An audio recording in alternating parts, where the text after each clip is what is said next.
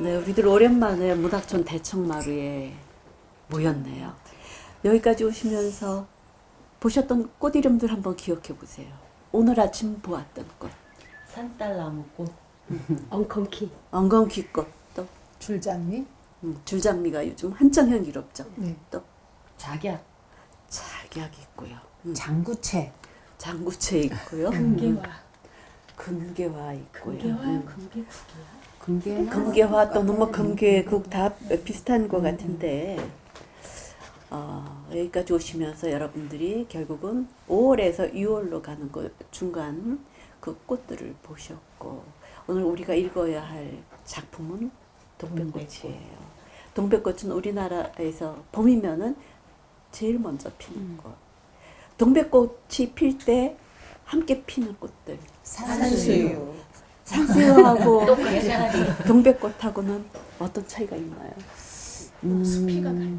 동백꽃은 산에 있고요. 산수유는 그 정원이나 마당에 있어요. 그리고 꽃 색깔이 약간 산수유가 조금 진해요.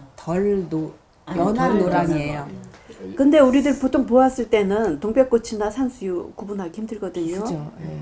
근데 수피를 보고 아, 저는 그 꽃의 피는 형태를 보고 구별을 해요. 그래서 그 동백꽃은 꽃이 이제 산만하게 이렇게 드문드문 있다면 꽃자루가 좀 길고 예, 그러고 그 산수유는 좀 황금색 빛이 나면서 전체적으로 이렇게 가지 끝에. 이렇게 풍성하게 핀다 그러나요?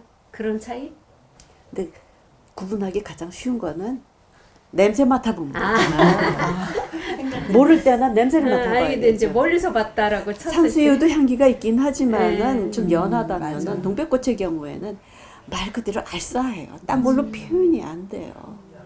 그러면서도 또 확인하고 싶으면은 가지를 꺾었을 때 향이 나면 생강 냄새가 나면은 생강나무, 생강나무 동백꽃.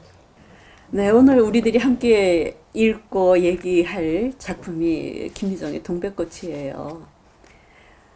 우리 얼른 그 생각할 때 문학 작품 속에 꽃이 나오는 작품들 한번 떠올려 봅시다. 물론 봄이 되어서 제일 먼저 피는 꽃이 동백꽃, 그 다음에 진달래꽃. 진달래꽃 문학 작품 속에서 김수월의 시. 시. 벚꽃. 김유정 작품 가운데 벚꽃 야행. 또 따라지. 있죠. 따라지. 그 다음 메밀꽃 있죠. 메밀 누구 거예요? 이효석. 이효석의 메밀꽃 필 무렵. 국화, 서정주의 국화협회에서. 목련꽃. 김영남. 목월, 아니야. 목련꽃. 목련. 아, 목련. 박목월의 네. 4월의 노래, 목련꽃 피는 그늘 아래서 그런 거 있고. 그 다음 이제 6월이 되면 모란꽃이 흐드러지게 필 텐데 모란꽃, 김영남. 김영남, 모란이 피기까지는. 그리고 꽃 이름 자체가 작품의 이름이 된 경우가 있어요. 통백꽃. 동백꽃. 꽃 이름 자체가. 동백꽃. 국화협회에서 누구 거예요? 아 몰라요. 진달래. 국화협회에서가 누구 미담 누구 아, 거예요? 미담. 아, 서정주. 국화협회. 서정주 그런 것도 있고. 찔레꽃은 없나요, 선생님? 찔레꽃 있어요. 김동리의 찔레꽃 있어요. 또 까치소리에서도 찔레꽃이 나오는데 역시 김동리 거예요. 그런데 이제 제가 이렇게 책을 뒤주다 보니까 시인들 가운데 가장 다양한 꽃들을 가지고 시를 쓴 사람이 있더라고요. 난초, 모란, 연꽃, 영산홍, 백일홍, 국화 너무 다양해요. 평생을 시를 써오셨기 때문에 누굴까? 서정주 씨. 서정주 씨. 그리고 김동리 씨가 또 의외로 꽃을 가지고 쓴 게 상당히 많은데 그건 우리가 이제 나중에 이야기하도록 하고 우리 그 고전 문학에서 보게 되면은 계속해서 많이 나오는 꽃들이 있어요. 고전 문학 작품 속에서 특히. 꽃 자체보다는 그 꽃이 상징하는 어떤 그 암시성 이런 걸 찾는 게 있어요. 메란국. 매화 국화. 메란국죽이 있고 우리 고전문학 난초. 작품 가운데 그런가 하면은 역시 고전문학 작품 가운데 이것 말고도 개수나무가 있고 개수나무는 달나라에 있는 그걸로 해서 어떤 신선 상징성을 가지고 있고 모란 사실 모란은 우리나라 꽃은 아니었어요. 일지에서 들어온 꽃인데 이거는 뭐 부귀영화 뭐 이런 거를 뜻하는 것들이 있었고 우리가 꽃 중 왕이라고 하는 그러니까 모란 말고 장미. 장미의 원산지는 어딜까? 유럽 같아. 이스탄불 아닐까요? 페르시아, 터키, 이란이에요. 네. 이것이 언제쯤 우리나라에 들어왔을까? 왠지 실크로드를 통해서 들어오지 실크로드를 통해서 들어왔고 우리나라 문학 작품에 장미가 제일 먼저 들어온 게 설총의 화환계. 화환. 자 이제 우리는 동백꽃으로 다시 들어옵시다. 동백꽃이 필 무렵에 함께 피게 되는 아주 비슷하게 생긴 꽃 산수유. 산수유와 동백꽃을 구분하기 가장 쉬운 거는 냄새를 맡아봐라. 그 다음에 좀 미안하기는 하지만 조그만 잔가지 하나 꺾어서 냄새 맡아보고 굵은 줄기가 있을 때는 나무 줄기를 보면서 매끄러우면 동백꽃 동백나무. 거칠거칠하면은 산수유. 우리는 보통 동백꽃이라고 얘기를 하는데 사람들은 동백꽃 그러면 저쪽 바닷가에 피는 해양성 빨간 동백꽃을 생각을 하게 돼요. 그러나 우리들의 경우 경기도나 강원도, 충청도에서는 생강나무를 동백꽃이라고 부르고 요거 말고도 또 다른 이름이 있죠. 동박, 동박, 또 올동박, 올동박, 산동백, 산동박, 개동백이라고도 부르고 뭐 등등등 이런 식의 이름들이 있어요. 자, 그 사람들이 살아가는 데 있어서 가장 중요한 게 첫 단추를 잘 끼워야 된다 그런 얘기를 하는데 그 개항을 하면서 아카시가 들어왔었을 때 이것이 어떻게 잘못 아프리카에서 들어왔었을 때 아카시아라고 부르게 되었고 그 이후 2000년대인 지금까지도 그만 아가시꽃을 아카시아라고 이야기를 하고 있는데 사실은 그게 아니죠. 우리들이 보고 있는 거는 아가시꽃이에요. 아카시아는 꽃이 진한 노란색이에요. 그리고 제목이에요. 집을 지을 때 아니면 가구를 만들 때 써요. 요거 잘못된 것처럼 이런 얘기를 한 까닭은 동백꽃이 김미정 선생이 1937년에 사망하시고 38년에 이분의 작품이 나오는데 세창서관에서 단행본으로 나온 거. 이것 말고 세창서관에서 단행본 나오기 전에 하나의 시리즈로 5권인지 6권째에 그 김유정의 작품이 나왔고 바로 그해 거기 또 38년에 동백꽃이라고 하는 단행본이 나왔는데 이때 표지가 빨간 동백꽃으로 나왔어요. 이것이 거의 2000년대까지도 사람들은 김유정의 동백꽃 그러면 빨간 동백꽃으로 알았거든요. 근데 사실은 그게 아니죠. 노란 동백꽃이 소보록히 피었다. 알싸한 향기가 난다. 김유정 선생이 그렇게 얘기를 하고 있잖아요. 그래서 우리들이 이제 그 김유정 선생의 동백꽃에 대해서 오해하고 있는 사람들이 있다면은 그들에게 꼭 얘기를 해주세요. 김유정의 동백꽃은 노란 동백꽃이다. 자 이제부터 김유정의 작품 동백꽃을 함께 읽으면서 김유정 선생은 이 작품을 통해서 자기 얘기를 어떤 식으로 풀어나가는가, 무엇을 얘기하려고 하는가 쪽보다는 어떤 방식으로 이야기를 풀어나가고 있는가, 이야기하는 방법에 유의하면서 순서대로 돌아가면서 이렇게 읽도록 하겠어요. 네, 강 선생님부터 읽어주세요. 한 페이지씩 읽어주세요. 한 페이지씩. 오늘도 또 우리 식탁이 막 족기였다. 내가 점심을 먹고 나무를 하러 갈 양으로 나올 때이었다. 산으로 올라 서려니까 등 뒤에서 푸드득 푸드득 하고 닭의 횟소리가 야단이다. 깜짝 놀라며 고개를 돌려보니 아니나 다르랴 두 놈이 또 얼리었다. 점순네 수탉은 대강이가 크고 똑 오소리같이 실팍하게 생긴 놈이 덩저리 적은 우리 수탉을 함부로 해내는 것이다. 그것도 그냥 해내는 것이 아니라 푸드득 하고 면두를 쪼고 물러섰다가 좀 사이를 두고 또 푸드득 하고 모가지를 쪼았다. 이렇게 멋을 부려가며 여지없이 닦아 놓는다. 그러면 이 못생긴 것은 쪼일 적마다 주둥이로 땅을 받으며 그 비명이 킥킥 할 뿐이다. 물론 미처 아물지도 않은 면두를 또 쪽히어 붉은 선혈은 뚝뚝 떨어진다. 이걸 가만히 내려다 보자니 내 대강이가 터져서 피가 흐르는 것 같이 두 눈에서 불이 번쩍 난다. 대뜸 지게 막대기를 메고 달려들어 점순네 닭을 후려칠까 하다가 생각을 고쳐먹고 헛매질로 떼어만 놓았다. 이번에도 점순이가 쌈을 붙여놨을 것이다. 바짝바짝 내 기를 올리느라고 그랬음에 틀림없을 것이다. 고놈의 계집애가 요새로 들어서서 왜 나를 못 먹겠다고 그렇게 아르른거리는지 모른다. 나흘 전 감자 쪽값만 하더라도 나는 저에게 조금도 잘못한 것이 없다. 계집애가 나무를 캐러 가면 갔지. 남 울타리 엮는데 쌩이질을 하는 것은 다 뭐냐. 그것도 발소리를 죽여가지고 등 뒤로 살며시 와서 얘, 너 혼자만 일하니? 하고 긴치 않은 수작을 하는 것이다. 어제까지도 저와 나는 이야기도 잘 않고 서로 만나도 본척만척하고 이렇게 점잖게 지내는 터련만 오늘로 갑작스레 대견해졌으면 웬일인가.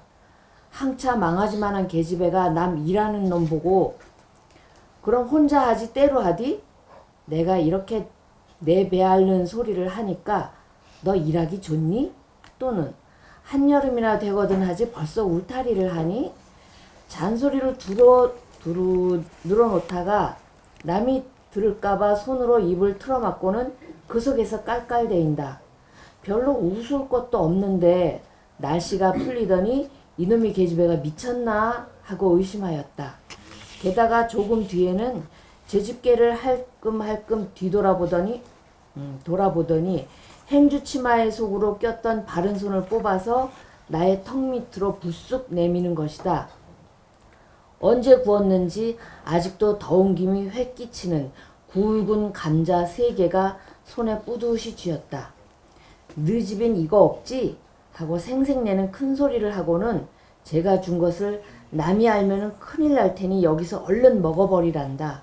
그리고 또 하는 소리가 너 봄 감자가 맛있단다. 네, 여기까지요.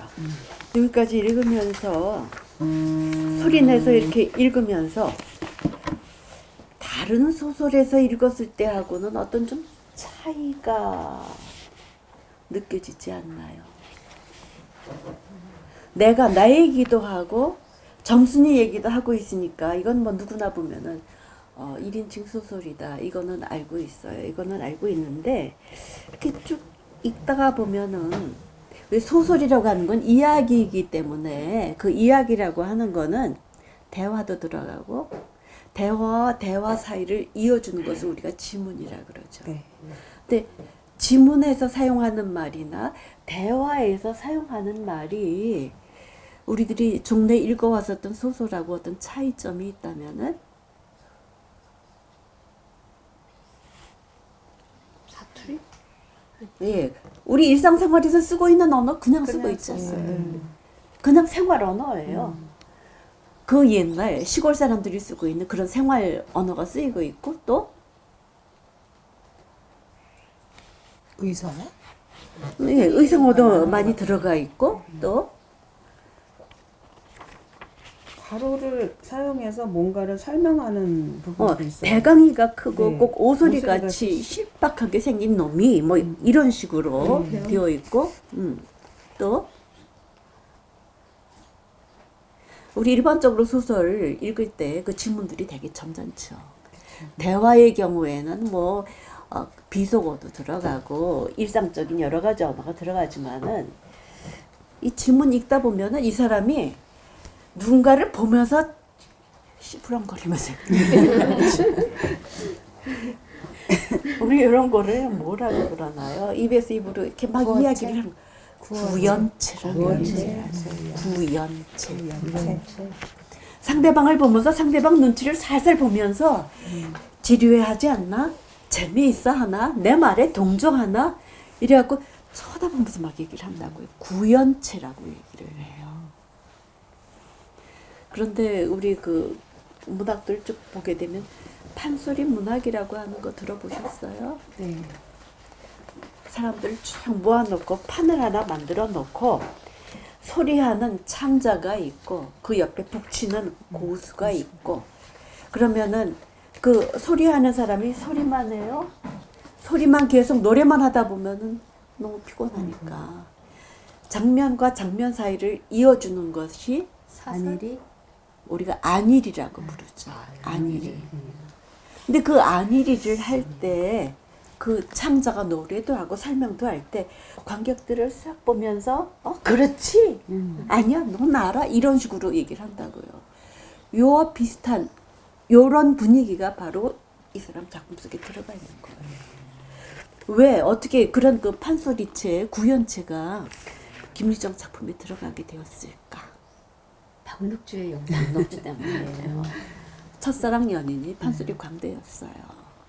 그러니까 그 첫사랑 연인이 우리나라의 국창이었던 만큼 그 사람이 부르는 노래를 라디오에서 아니면 레코드판사를 계속 듣다 보니까 이게 완전히 자기 것으로 되어가지고 그의 작품들은 대체로 다 이런 그 문체가 판소리 문체 또는 구연체라고 불리게 돼요. 여기 하다 보면 말하는 거 대화 말고도 지문 자체가 계속 막 얘기를 하는 게 관객을 향해서 또는 독자를 향해서 이야기를 이끌어가고 있고 그리고 이 작품이 쓰여진 1930년대만 하더라도 모든 지문들은 다른 작가들의 지문들은 점잖았어요. 엄숙했어요. 근데 여기서 보면 이놈의 계집애가 미쳤나? 깔깔댄다. 뭐 이런 식으로 막 얘기를 하고 있죠. 그것이 천박하게 느껴지는 것이 아니라 현장감을 막 살려주죠. 네, 그 다음 페이지 우리. 그리고 너 봄감자가 맛있단다. 이거 정말 맛있나요? 맛있나요? 맛있어요. 요즘 봄감자 맛있나요? 요새는 봄에도 핵감자가 나와서 그렇죠. 네. 이때는 씨감자를 이렇게 씨감자죠. 돋던 게 오랫동안 갈무리 하다 보면은 찌글찌글하고 포도당 그쪽으로 해서 아주 달콤한데 지금 나온 거는 아니에요. 근데 요즘 사람들 특히 그 어린 학생들의 경우 봄감자가 맛있단다. 봄감자가 무슨 맛이야? 근데 옛날하고 틀린 거예요. 봄감자가 맛있단다. 남이 보면 안 될 테니까 너 혼자 있을 때 먹어. 이럴 때 이거는 정말 귀한 거예요. 굉장히 아끼는 걸 준 거예요. 그 다음 분 읽어주세요. 난 감자 안 먹는다. 니나 먹어라. 나는 고개를 돌리려지 않고 일하던 손으로 그 감자를 도로 어깨 너머로 쓱 밀어버렸다. 그랬더니 그래도 가는 기색이 없고 뿐만 아니라 새근새근하고 심상치 않게 숨소리가 점점 거칠어진다. 이건 또 뭐야 싶어서 그때야 비로소 돌아다 보니 나는 참으로 놀랬다. 우리가 이 동네에 들어온 것은 근 3년째 되어 오지만 여지껏 가무잡잡한 점순이의 얼굴이 이렇게까지 홍당무처럼 새빨개진 법이 없었다. 게다 눈에 독이 올리고 한참 나를 이렇게 쏘아보더니 나중에는 눈물까지 어리는 것이 아니냐. 그리고 보구니를 다시 집어들더니 이를 꼭 아물고는 엎어질 듯 자빠질 듯 논뚝으로 힝하니 달아나는 것이다. 어쩌다 동네 어른이 너 얼른 시집 가야지 하고 웃으면 염려 마서요. 갈 때 되면 어련히 갈라고. 이렇게 천연덕스레 받는 점순이었다. 본시 부끄럼을 타는 계집애도 아니거니와 또한 분하다고 눈에 눈물을 보일 얼병이도 아니다. 분하면 차라리 나의 등허리를 보구니로 한번 모질게 후려 세리고 달아날지언정. 그런데 고약한 그 꼴을 하고 가더니 그 뒤로는 나를 보면 잡아먹으려고 기를 복복 쓰는 것이다. 서로 주는 감자를 안 받아 먹은 것이 실례라 하면 그냥 주면 그냥 주었지. 네 집엔 이거 없지? 는 다 뭐냐? 그렇잖아도 저희는 마름이고 우리는 그 손에서 배제를 얻어 땅을 부침으로 일상 굽신거린다. 우리가 이 마을에 처음 들어와 집이 없어서 곤란으로 지낼 때 집터를 빌리고 그 위에 집을 또 짓도록 마련해 준 것도 점순네의 호의였다. 그리고 우리 어머니 아버지도 농사 때 양식이 달리면 점순네한테 가서 부지런히 구워다 먹으면서 인품 그런 집은 다시 없으리라고 침이 마르도록 칭찬하고 하는 것이다. 그러면서도 17씩이나 된 것들이 수근수근하고 붙어 다니면 동리에 소문이 사납다고 주의를 시켜준 것도 또 어머니였다.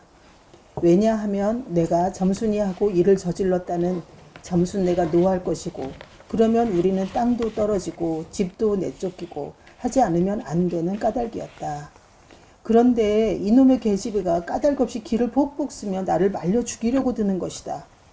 눈물을 흘리고 간 그 다음날 저녁 나절이었다. 나무를 한 짐 잔뜩 지고 산을 내려오려니까 어디서 닭이 죽는 소리를 친다.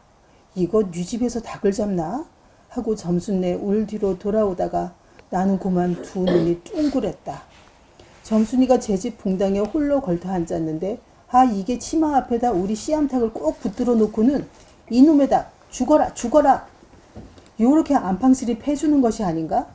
그것도 대가리나 치면 모른다마는 아주 알도 못 나라고 그 볼기짝개를 주먹으로 콕콕 쥐어박는 것이다. 나는 눈에 쌍심지가 오르고 사지가 부르르 떨렸으나 사방을 한번 휘돌아보고서야 그제서 점순이 집에 아무도 없음을 알았다. 잡은 참 지게 막대기를 들어 울타리에 중턱을 후려치며 이놈의 계집애 남의 닭 알 못 낳으라고 그러니? 하고 손을 빽 찔렀다. 그러나 점순이는 조금도 놀라는 기색이 없고 그대로 의젓이 앉아서 제 닭 가지고 하듯이 또 죽어라 죽어라 하고 패는 것이다. 이걸 보면 내가 산에서 내려올 때를 겨냥해가지고 미리부터 닭을 잡아가지고 있다가 뇌 보란 듯이 내 앞에 쥐어지르고 있음이 확실하다.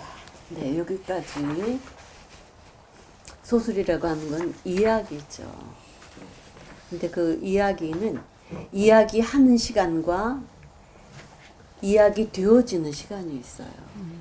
지금 이야기하는 시간은 언제죠? 오늘이에요. 오늘 언제부터였어요? 산에 나무하러 갈 때. 이야기 되어지는 시간, 사건의 발단은 언제부터 있었어요? 나흘 전. 나흘 전부터 감자가 있었죠. 이야기 되어지는. 감자를 줬는데 왜 거절을 했어요? 네 집엔 이거 없지? 그러니까 자존심 상했어. 자존심. 그냥 줬으면 괜찮은데 네 집엔 이건 없지 자존심 상하게 해서 그런 거죠. 그런데 바로 그날 저녁에 왜 애꿎은 닭을 갖다가 어디를 때려요? 궁뎅이. 왜 거기를 때려요? 알고 아니 애꿎게 왜 닭을 때려요? 그건 이제 나중에 나오게 되지요. 아마 닭 괴롭히는 게 서너 번 나올 건데 몇 번이나 괴롭히는지 거기에 이렇게 유념을 해서 보세요. 처음에 감자 줬는데 감자 거절당했어요. 그래갖고 눈에 독을 올리고는 갔어요. 그러더니 그 다음부터 닭을 괴롭히는데 몇 번이나 괴롭히는지를 주목하시면서 계속해서 읽어주세요. 그러나 나는 그렇다고 남의 집에 뛰어들어가 계집애하고 싸울 수도 없는 노릇이고 형편이 썩 불리함을 알았다. 그래, 닭이 맞을 적마다 지게 막대기로 울타리나 후려칠 수밖에 별 도리가 없다. 왜냐하면 울타리를 치면 칠수록 물섭이 물러앉으며 뼈대만 남기 때문이다. 허나 아무리 생각하여도 나만 믿지는 노릇이다. 이년아 남의 닭 아주 죽일 터이냐? 내가 도끼 눈을 뜨고 다시 꽥 후령을 하니까 그제서야 울타리께로 쪼르르 오더니 울 밖에 섰는 나의 머리를 겨누고 닭을 내팽개친다. 예이 더럽다 더럽다. 더러운 걸 너더러 입대 끼고 있으랬니? 망할 계집애 같으니. 하고 나도 더럽단 듯이 울타리께를 힝 돌아내리며 약이 오를 대로 다 올랐다.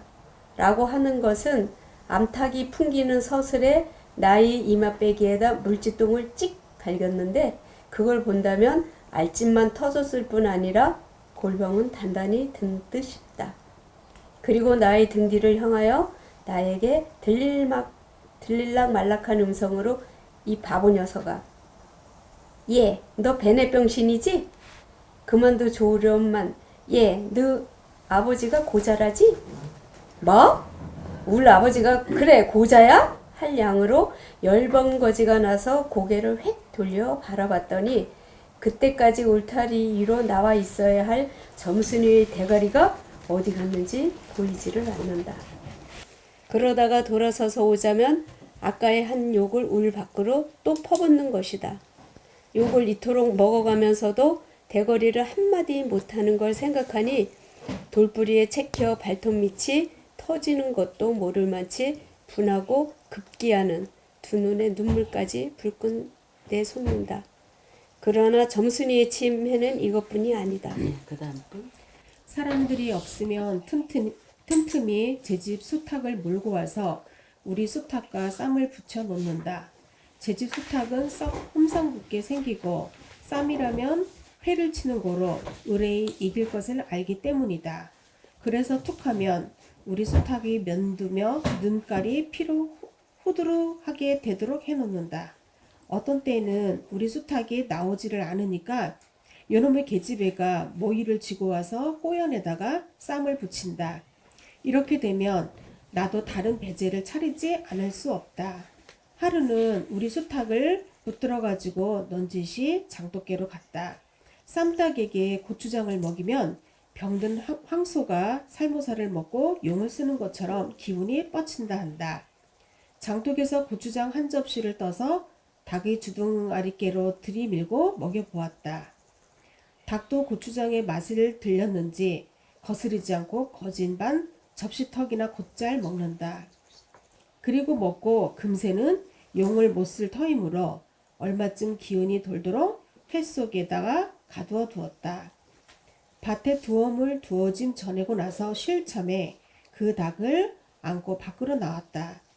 마침 밖에는 아무도 없고 점순이만 저희 울 안에서 헌옷을 뜯는지 혹은 솜을 터는지 웅크리고 앉아서 일을 할 뿐이다. 나는 점순네 수탉이 노는 밭으로 가서 닭을 내려놓고 가만히 맥을 보았다. 두 닭은 여전히 얼려 쌈을 하는데 처음에는 아무 보람이 없다. 여기까지 일단 우리들에게는 그대로 통하는데 요즘 젊은 사람들에게는 좀 잘 통하지 않는 게 있어요. 도끼 눈을 부라대고. 도끼 눈이 뭐예요? 눈을 동그랗게 뜨고 그냥 째려보는 거. 독을 쏘아보는 쓰고 거. 바라보는 거? 위협적으로. 그러니까 요즘 사람들은 아마 그 학생들의 경우는 도끼가 뭔지도 모를 거예요. 그런 것도 있고 열번거지가 나서 열이 났다는 거 아니에요? 화딱지가 나서 화가 나서 이런 거. 화가 나서 그냥 우라가 확 치밀어 올라가지고 근데 이런 거를 요즘은 쓰지 않는 적어도 1930년대에서 1970년대까지는 이런 말을 상당히 많이 썼어요. 그리고 이제 뭐 대가리가 어디를 갔는지 머리를 이렇게 좀 비속어로 쓰는 게 있고 중간에 보면은 눈깔이 피로 흐드르하게 되도록 해놓는다.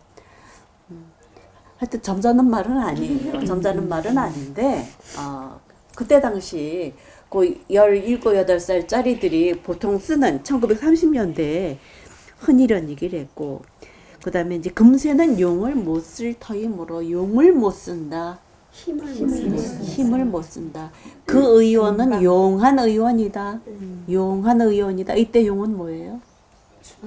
능력이 실력이 뛰어나다. 실력이 뛰어난 그런 식으로 요즘 사람들은 잘 쓰지 않는 그런 말들을 하고 있고 지금 나흘 전 감자 쪼가니 있었고 오후에 닭 잡아다가 볼기짝 때리는 게 있었고 그래서 이제 거기에 대한 대책으로 지금 고추장 먹이고 고추장 먹이고 나서 어떻게 됐죠? 그 다음 얘기가? 근데 고추장 먹기 전에 닭싸움을 시켰나 봐요. 네. 그래갖고 그래서 이제 네, 고추장을 먹이게 되죠. 우선 때려줬고 닭싸움 시켰고 그래서 이제 고추장을 먹이게 되어서 뭐 쌈 붙이는 얘기가 아직은 안 나왔죠. 아직은 안 나왔죠. 예, 계속 읽어주세요. 멋지게 쪼는 바람에 우리 닭은 또 피를 흘리고 그러면서도 날개 쭉지만 푸드득푸드득하고 올라뛰고 뛰고 할 뿐으로 제법 한번 쪼아보도 못한다. 그러나 한 번은 어쩐 일인지 용을 쓰고 펄쩍 뛰더니 발톱으로 눈을 하비고 내려오며 면두를 쪼았다. 큰 닭도 여기에는 놀랐는지 뒤로 멈실하며 물러난다.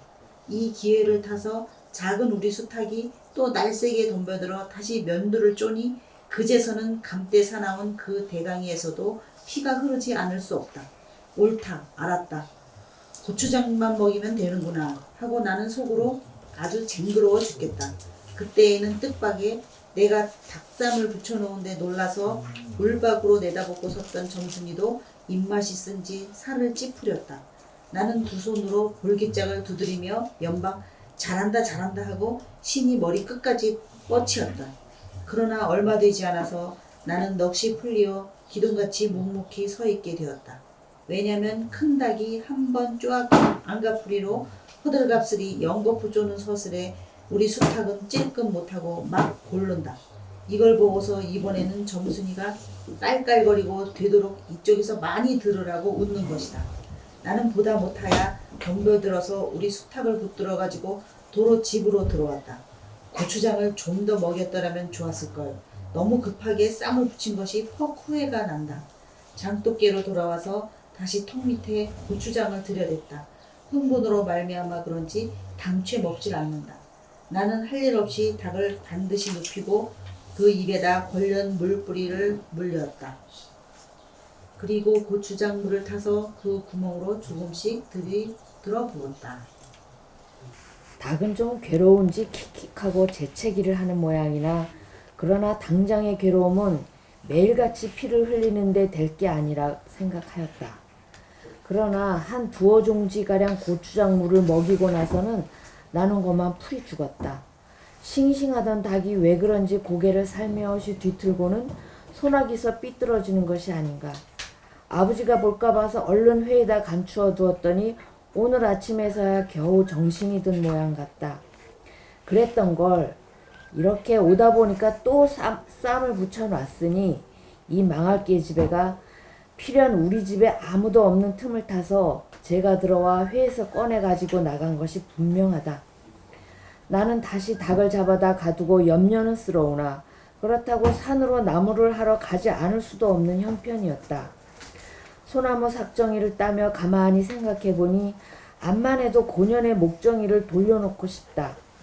이번에 내려가면 망할년의 등줄기를 한번 되게 후려치겠다 하고 싱둥공둥 나무를 지고는 불이 나게 내려왔다. 거지반 집에 다 내려와서 나는 호들기 소리를 듣고 발이 딱 멈추었다.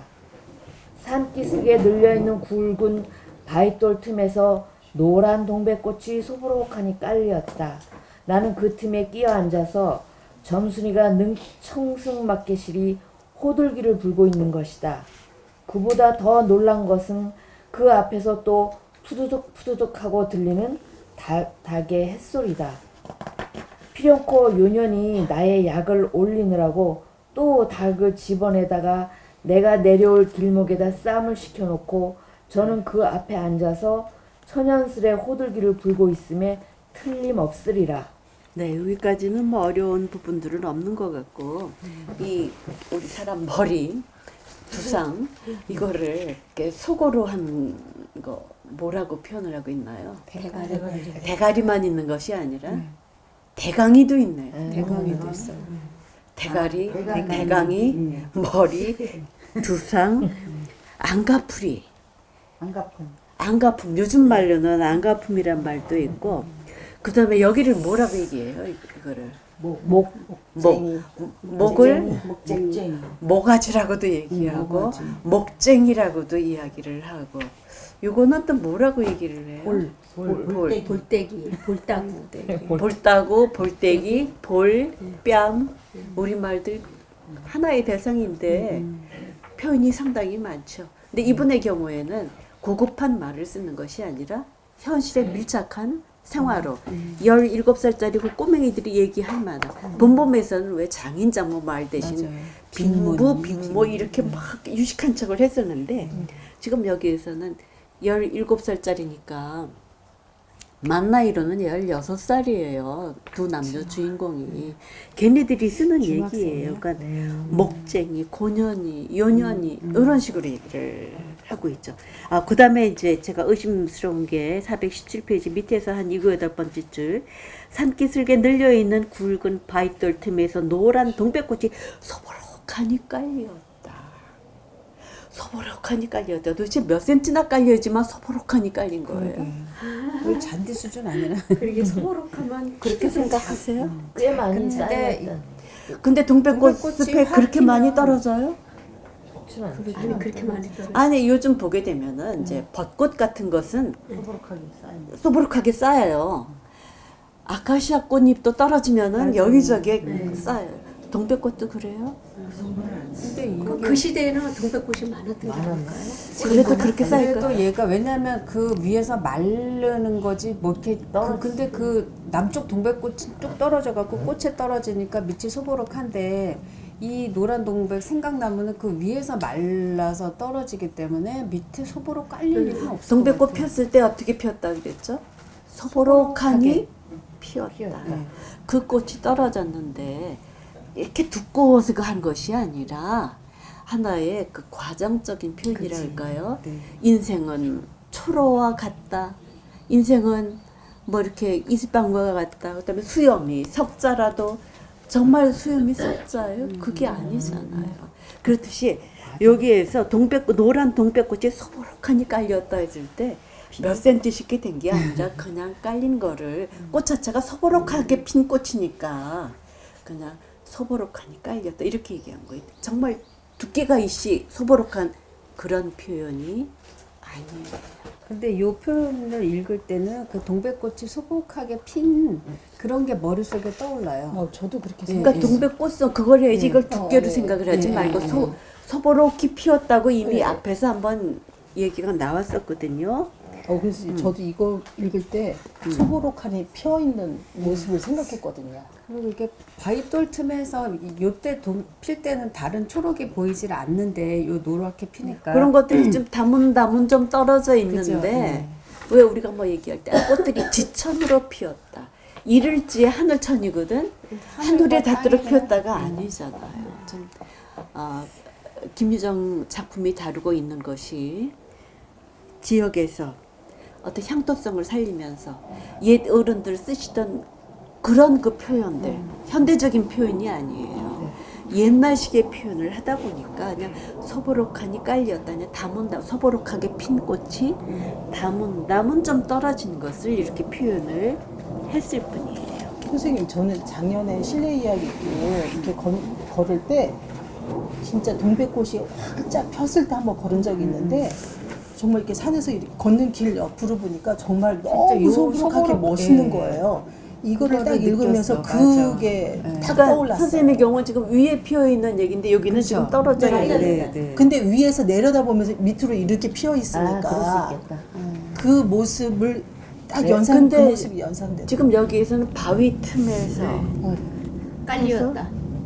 그냥 아니라 그냥, 깔리었다니까. 그래서 그냥 저도 그냥 이해하기 좋게 그냥 바위 틈에 동백꽃이 막 피어 있는데 많이 걔를 이제 이렇게 어쨌든 제3자 입장에서 보면 걔가 소보록하게 보여서 그렇게 깔릴 수 있을 거라는 생각이. 그러니까 위에서 내려다본 모습으로는 아래쪽에 이렇게 깔린 것처럼 보여서 그 모습이 딱 뭐 연상되더라고요. 그럴 수도 있겠네. 네네네. 그럴 수도 있겠네. 네. 지금 나무하고 막 오는데 네네. 보니까 저쪽에 앉아 있는데 꽃이 피어 있고 꽃 틈에 바위가 있고 꽃 틈에 여자가 앉아 있고 그다음에 뭐 하고 있고 예, 달고 패고 있고 그래요. 그다음에 읽읍시다. 어디요? 나는 야기. 나는 약이 오를 대로 다 올라서 두 눈에서 불과 함께 눈물이 퍽 쏟아졌다. 나무찌개도 벗어 놀 새 없이 그대로 내동댕이 치고는 지게 막대기를 뻗치고 허둥지둥 달겨들었다. 가차에 와보니 과연 나의 짐작대로 우리 수탉이 피를 흘리고 거의 빈사지경에 이르렀다. 닭도 닭이려니와 그럼에도 불구하고 눈 하나 깜짝없이 그대로 앉아서 호들기만 부는 그 꼴에 더욱 치가 떨린다. 동리에서도 소문이 났거니와 나도 한때는 걱실이 일 잘하고 얼굴 이쁜 계집애인 줄 알았더니 시방 보니까 그 눈깔이 꼭 여우새끼 같다. 나는 대뜸 달려들어서 나도 모르는 사이에 큰 수탉을 단매로 때려 엎었다. 닭은 푹 엎어진 채 다리 하나 꼼짝 못하고 그대로 죽어버렸다. 그리고 나는 멍하니 섰다가 점순이가 매섭게 눈을 흡 뜨고 닥치는 바람에 뒤로 벌렁 나자빠졌다. 이놈아, 너 왜 남의 닭을 때려 죽이니? 그럼 어때? 하고 일어나다가 뭐? 이 자식아, 두 집 닭인데? 하고 복장을 떼미는 바람에 당시 벌렁 자빠졌다. 그리고 나서 가만히 생각을 하니 둔하기도 하고 무안스럽고 또 한편 일을 저질렀으니 인젠 땅이 떨어지고 집도 내쫓기고 해야 될지도 모른다. 나는 비슬비슬 일어나며 소매자락으로 눈을 가리고는 얼김에 엉하고 울음을 놓았다. 그러나 점순이가 앞으로 다가와서 그럼 너 이단부터 안 그럴 테냐? 하고 물을 때야 비로소 살 길을 찾은 듯 싶었다. 나는 눈물을 우선 씻고 뭘 안 그러는지 명색도 모르건만 그래 하고 무턱대고 대답하였다. 요단부터 또 그래봐라. 내 자꾸 못 살게 굴 테니. 그래 인제는 안 그럴 테야. 닭 죽은 건 염려 마라. 내 안 잃을 테니. 그리고 못에 떠다 밀렸는지 나의 어깨를 짚은 채 그대로 퍽픽 쓰러진다. 그 바람에 나의 몸뚱이도 겹쳐서 쓰러지며 한창 피어 퍼들어진 노란 동백꽃 속으로 푹 파묻혀 버렸다. 알싸한 그리고 향깃한 그 냄새에 나는 땅이 꺼지는 듯이 웬 정신이 고만 아찔하였다. 너 말 마라. 그래. 조금 있더니 요 아래서 점순아 인연이 바느질을 하다 말고 어딜 갔어? 하고 어딜 갔다 온 듯 싶은 그 어머니가 역정이 대단히 났다. 점순이가 겁을 잔뜩 집어먹고 꽃 밑을 살금살금 기어서 산 알로 내려간 다음 나는 바위를 끼고 엉금엉금 기어서 산 위로 치 빼지 않을 수 없었다. 네.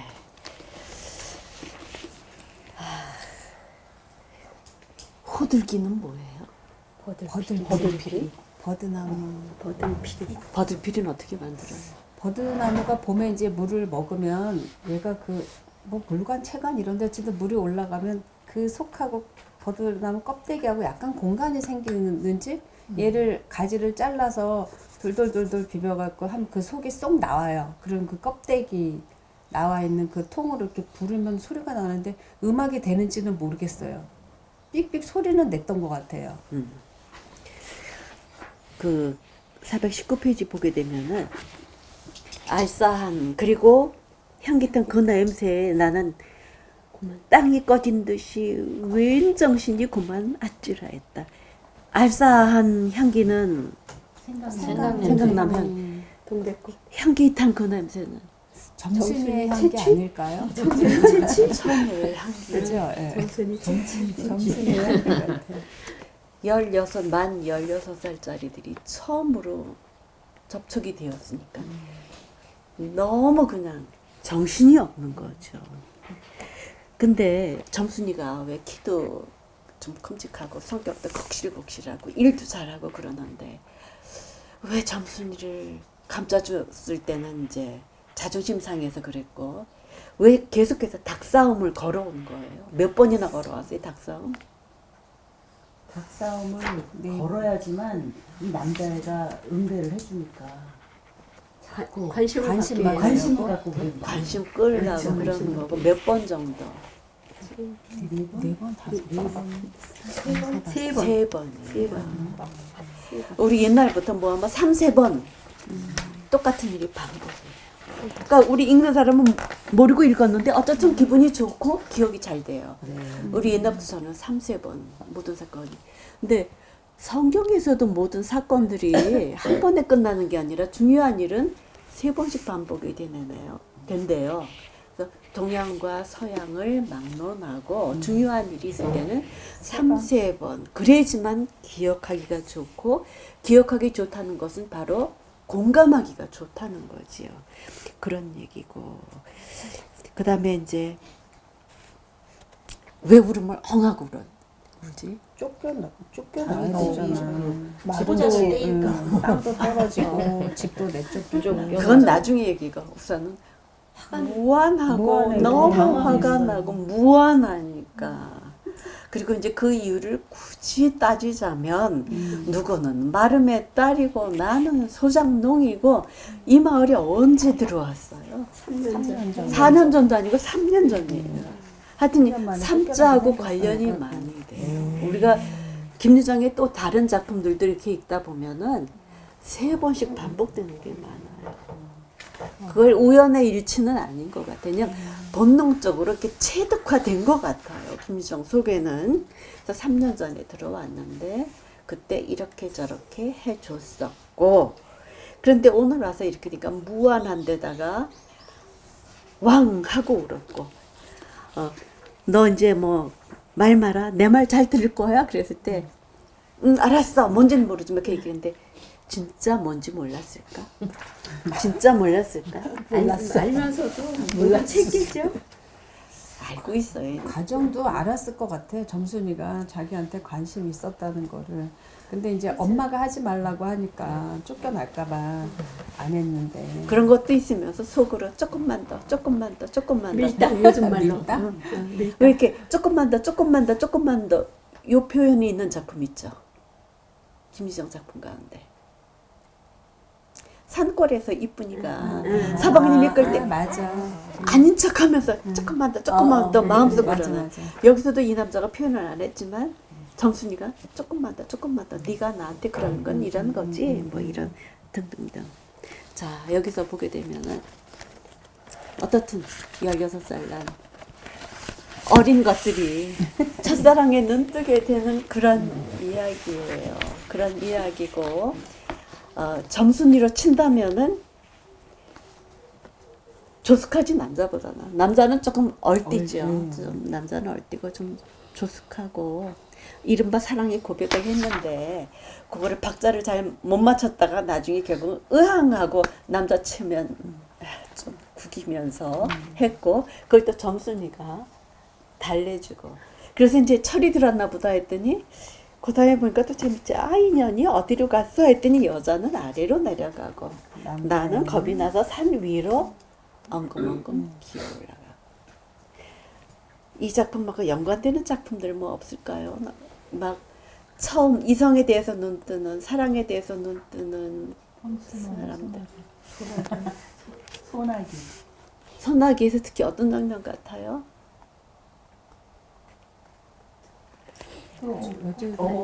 아니 뒤에 비 피해서 어디 가는 거 있었던 거. 아니 그러니까 업고 가는 거. 그거는 나중에 얘기고 그 전에 원더우먼 징검다리에서 이거 하고 있을 때 뒤에서 돌 하나가 날라오죠. 퐁을 사나이 가슴에 돌을 던졌어요.